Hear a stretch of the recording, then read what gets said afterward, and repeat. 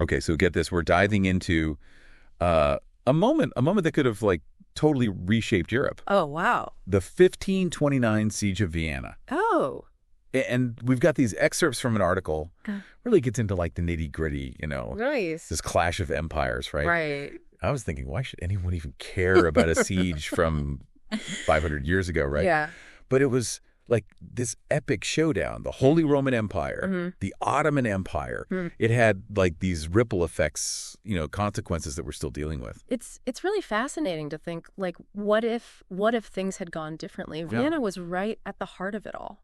Like, right on the front lines of this huge conflict that had been brewing for centuries. Okay, so let's set the stage. 16th century Europe. Okay. It's this, like, a crazy tapestry of kingdoms and empires where everyone's just, like, grabbing for power. Yeah.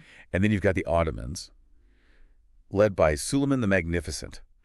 I mean, talk about a force to be reckoned with. Yeah. They were expanding like crazy, already made serious inroads into Europe. This wasn't just about land, though. It was culture. It was religion. It was like this clash of whole ways of life. Absolutely. Suleiman, I mean, he wasn't just some conqueror, He was known for reforming the legal system. He loved art. He was a devout Muslim. Wow. The Ottoman Empire, I mean, it reached like a peak under him. Their power, their culture, it was everywhere. And his decision to besiege Vienna, it was calculated. He wanted to push Ottoman influence deeper into Europe. Maybe even take down the Habsburgs for good. Habsburgs, the ruling dynasty of the Holy Roman Empire. Exactly. So we've got these two powerhouses headed for a collision.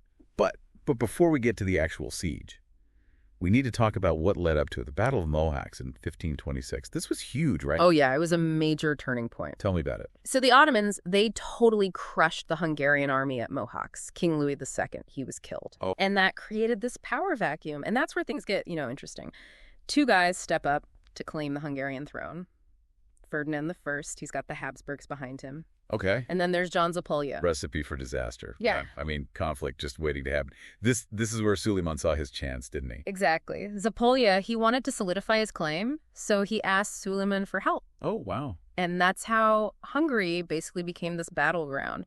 Ottomans on one side, Habsburgs on the other. Wow. And Suleiman, he was always a strategist, right? He saw Vienna as the ultimate prize. Okay, so the sources mention that Suleiman marched on Vienna with an army of like 120,000, maybe even 300,000 men. I mean, can you even imagine that? Those numbers are probably exaggerated a bit, propaganda. Right. But even still, think about it. That many people, the supplies, the artillery, all moving across like vast distances. The Ottoman Empire at its peak. Yeah, it's incredible. It must have been like an unbelievable sight, this huge army on the move. But it wasn't easy for them, right? I mean, the article mentioned terrible weather, lost cannons, even camels dying. Yeah, the march to Vienna, it was brutal. They had this unusually wet weather that year. Roads became like mud pits and everything slowed down. They lost cannons in the mud. They even lost camels. Camels, not exactly built for the European climate. Poor camels. So you've got this massive force approaching, and you're in Vienna. What are you feeling? Terror. I mean, the full might of the Ottoman Empire at your doorstep. What chance did they even have? Vienna's defenses were, to put it lightly, outdated. The city walls, not really designed for a long siege, and they were seriously undermanned. Yeah. But they were determined. They were going to resist. And that's where Count Solm comes in, right? This 70-year-old mercenary leader, the hero of the hour. Count Solm, he was something else. A brilliant military mind. I mean, long career. And even at 70, he was known for his energy, his tactics, and he was just stubborn. He took control, rallied the citizens, got them ready to fight for their lives. Wow. He sounds like a real character. Yeah. So he's got this ragtag group of defenders. Right. Facing down the entire Ottoman army. What happens next? I mean, I'm hooked. Yeah. But before we get to the heart of the siege, we need to understand the bigger picture. The politics, the religion. What was at stake for both sides? Okay, so for the Ottomans, taking Vienna, huge symbolic victory. It would cement them as the top dog in Eastern Europe. They'd control key trade routes, resources, and it would be a massive blow to the Habsburg. Their prestige, their power. Everything. And for the Habsburgs and the Holy Roman Empire, I mean, what were they facing? It was do or die. If Vienna falls, they lose a critical stronghold. It would open the door for like further Ottoman advances right into the heart of Europe. And then there's the religious aspect. The Ottomans were Muslim, right? And in that time, they were seen as a threat to the Catholic Church, to all of Christendom. Right. The siege became this like rallying cry. Wow. A clash of civilizations. One that could have changed the whole like religious and political landscape of Europe. Okay, so the stage is set. Two massive empires, a city hanging in the balance, this clash of cultures, religions, and it's about to get real. So last time we were talking about what was at stake, for both the Ottomans and the Habsburgs. Huge. But now let's get into like the actual siege. Yeah, let's do it. The Ottomans, they reached Vienna in late September. And even after that tough journey, all those setbacks, they were ready to go. I can only imagine, right? The Ottomans surround the city. The defenders, they're outnumbered. Their defenses, not great. But they had one thing going for them. Pure grit, determination. Oh, yeah. And they had Count Salm leading them. This guy was fearless.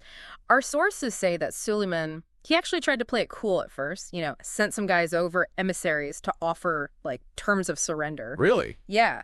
But Count Salm, he wasn't giving up that easily. He had those emissaries dressed up, in fancy clothes before sending them back to Suleiman. His message, Vienna's not going down without a fight. That's amazing. Yeah. So what did Suleiman do? I mean, that's a pretty clear message. Well, Suleiman realized Vienna was going to be tough to crack. So he ordered his forces to start the siege.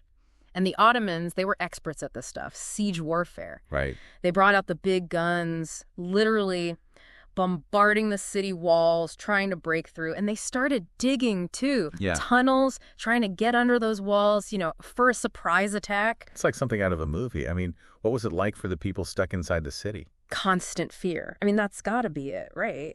Constant bombardment, explosions shaking the ground, smoke, the cries of, wounded people. Their only hope was to hold out against the Ottomans. So how'd they do against all that? The defenders, led by Count Salm, they were tough, really resourceful. They were constantly repairing walls, reinforcing everything, countering every Ottoman move. They even dug their own tunnels to intercept the Ottoman ones, and they used every trick in the book to fight back. Were there any specific tactics or weapons that worked well for them? Yeah, a few things. They had these harquebusiers, basically snipers of the time. Oh, wow. Really skilled marksmen. They had early muskets, and they inflicted some serious casualties on the Ottomans, especially when they tried to, storm the walls. Right. Another thing that worked well, mines. They'd put these barrels of gunpowder under the walls and set them off when Ottoman troops got close. Huge explosions totally disrupted their attacks. Sounds chaotic and dangerous. Yeah, siege warfare was brutal. Both sides lost a lot of men. And inside the city, it was grim. Food and water were scarce, disease was spreading, and the constant threat of death, that takes a toll, And this was all happening as the weather was turning, right? Colder and wetter. It must have been awful for both sides. The weather was a big factor, and it actually helped the defenders. All that rain, it turned the ground to mud. So the Ottomans had trouble moving their heavy artillery and siege equipment. Plus, the cold and wet, it made disease spread even faster in the Ottoman camp. So they were getting weaker. Wow, the weather as a weapon. So the siege drags on, Ottomans facing all these problems, supplies, resistance, bad weather. Did it affect their morale? Oh, yeah, definitely. The Ottomans, they were used to winning, and winning fast. They weren't ready for something like this, a long, costly siege. Their enthusiasm, it just faded as they lost more men, and that quick victory they hoped for, gone. Even the Janissaries, the elite Ottoman troops, they were famous for their discipline, but even they started to get restless. I see. So what's Suleiman thinking at this point? He's put so much into this siege, but it's a mess. His army's stuck, morale is low, winter's coming. What does he do? Suleiman was a smart guy, a strategist, but this was a tough call. He could keep going, try to wear down the defenders, but risk losing even more men, maybe even getting trapped by winter, or he could cut his losses and retreat, fight another day. What do you think he did? I mean, retreating seems like the smart move. But Suleiman was known for being ambitious. I bet he tried one last thing to take Vienna. You're right on both counts. He wasn't ready to give up just yet. So he decided to go all out. One final, massive attack. He figured if he threw everything he had at the city, maybe he could overwhelm the defenders and pull off a victory. He even promised his troops, extra rewards, riches, and glory if they took Vienna. So it all comes down to this. One last battle. What happened? October 14th, the Ottomans launched their final attack, everything they had. Wave after wave of troops hitting the city walls. The fighting it was insane, brutal, desperate. But even with all their ferocity and the promise of rewards, the Ottomans couldn't get through. The defenders, inspired by Count Salm, fighting for their homes and families, they held strong. It's hard to believe, Yeah. They were outnumbered, outgunned, but they held off that final attack. How'd they do it? A few things, I think. First, their morale was through the roof. They were fighting for everything, Right. and they were smart about it. They used the city to their advantage. Traps, surprise attacks, focusing their fire where it would hurt the Ottomans most. And the Ottomans, they were just spent. Weeks of fighting, supplies running low, morale in the dumps. Their attack, it was fierce, but it wasn't the same. Not like before. So after all that, the siege, the casualties, the failed attack, what happened? Did Suleiman just, wave the white flag and go home? Not right away. He stuck around for a day, maybe hoping for a miracle. Or maybe he just couldn't face the fact that he lost. But with winter closing in, his supplies running out, his army falling apart, he finally knew. He had to retreat. And let me tell you, the retreat was just as bad as the siege itself. Maybe worse. So tell me about this retreat. I mean, it can't have been easy. Thousands of men just packing up and marching home. Oh no, not at all. This was a fight for survival. Just picture it. A defeated army, exhausted, trudging through mud, and then the snow starts to fall. No supplies, broken equipment, and Austrian forces on their tail the whole way. That sounds rough.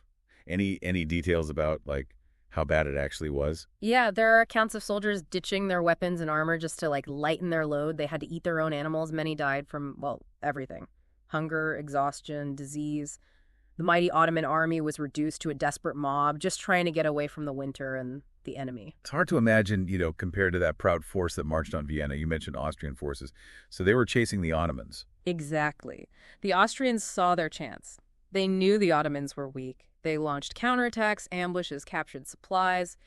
It would have been terrifying for those Ottoman soldiers, constantly looking over their shoulder, never knowing when the next attack would come. It's a side of war we don't often think about. And the worst part is, the retreating Ottomans, they didn't just suffer themselves. The sources talk about some awful things they did to the local people. Yeah, it's a dark part of the story, but we have to talk about it. The Ottoman soldiers, frustrated, angry, desperate, they took it out on the people they encountered. There were reports of looting, pillaging, even violence against civilians. It just shows that even a defeated army can leave a trail of destruction. It's important to remember the human cost, right? Not just the soldiers, but everyone affected. Yeah. So after this terrible journey, Suleiman and his army finally make it back to Constantinople, December 1529. The siege of Vienna had failed. But did Suleiman see it as a total failure? Or was it like a strategic setback, a learning experience? That's what historians debate, even now.